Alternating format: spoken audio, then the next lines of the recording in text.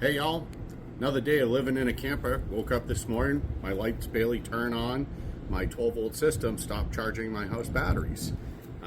This morning we had about 8.8 volts on them, and let's go dig into it. Depending on the type of camper you have, you may have a standalone charging system, or like in our camper, our charging system is actually in with our breaker panel and fuse panel. So to access it, we're going to have to remove this outer cover. You do that by removing the 4 Phillips screws that are in the outer corners, remembering the Phillips screw in the center. Once you get the screws removed, you're able to remove your cover.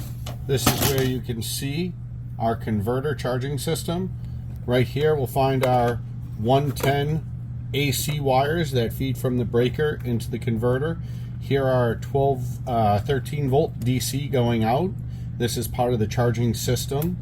Okay, what we're going to do is we're going to test our converter. We're going to take our multimeter, and what we're going to do is we're going to move our knob till we see the V with a straight and the straight dotted line. That would represent our DC current. Right now we're 0, 0. And what I'm going to do is I'm going to take my black probe. I'm going to put it on the white wire here, representing our negative feed.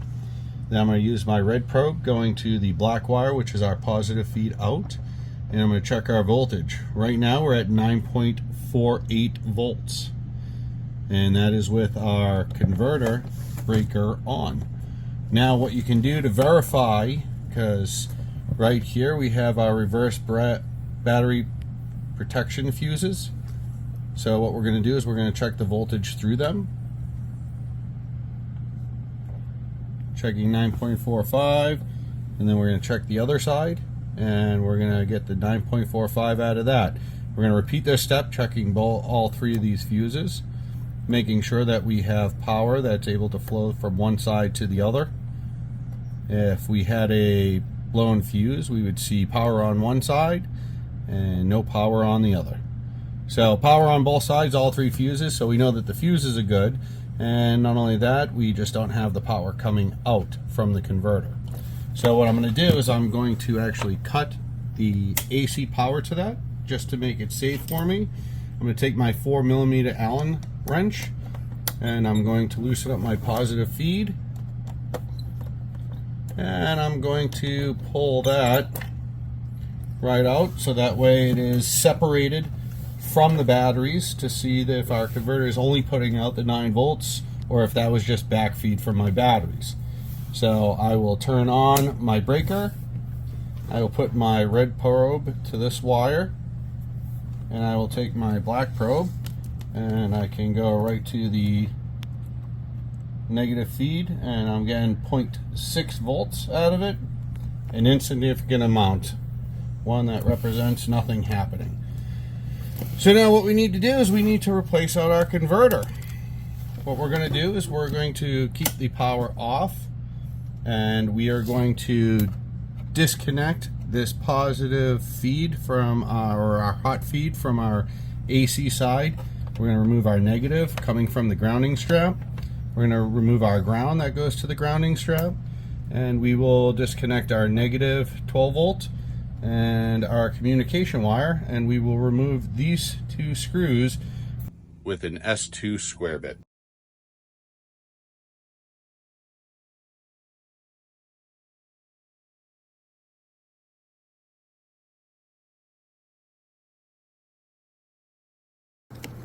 Okay, so after looking up my charging system that came with it and the specs on it, I was able to go to Camping World, and on the shelf they had one of these replacement power center converters. So what we're going to do is we're going to take our old one off of the mounting bracket, and we're going to try to mount the new one. Okay, after taking a further look at this, I can see that there's quite a bit of difference right here.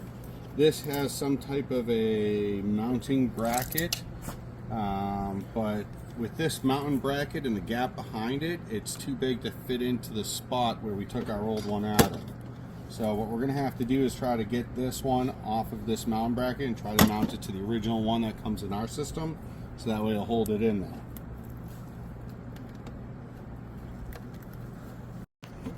Okay, so what we found is this part is not a direct fit. Wasn't even close. One's a little bit fatter than the other one's a little bit longer than the other. So what we actually ended up having to do was remove the plastic mounting bracket that it came with and go straight to the original mounting bracket that we had. I just used some self-tapping screws to mount that plate to this plate, and then just to get the fan mounted, all I did was I just ran a zip tie through 2 existing holes, strapping the fan in there so that way we can get cooling. Now we could try putting it in and see if it works.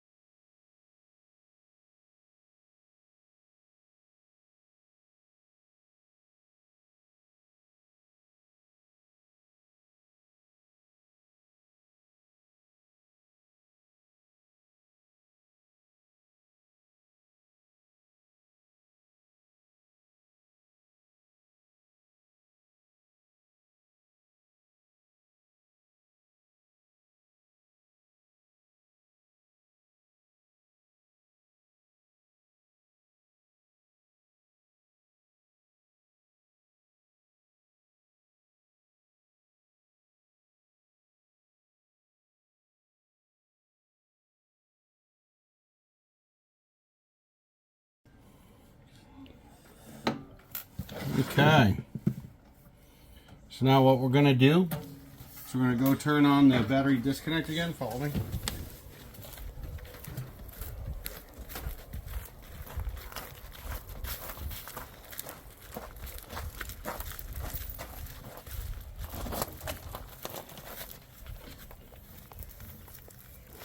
Turn on battery disconnect. Come on back over. Okay, as we see, we get the green light on. And put our meter back into volts DC. And check our voltage again.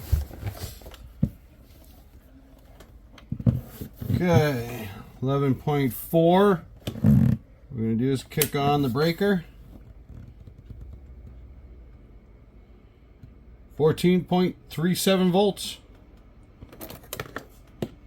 New charger works.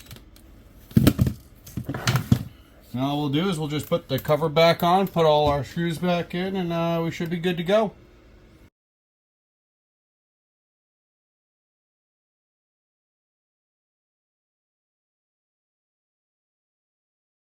Thank you, Camping World in Berkeley, Massachusetts, for having the parts department open on Sunday of Father's Day.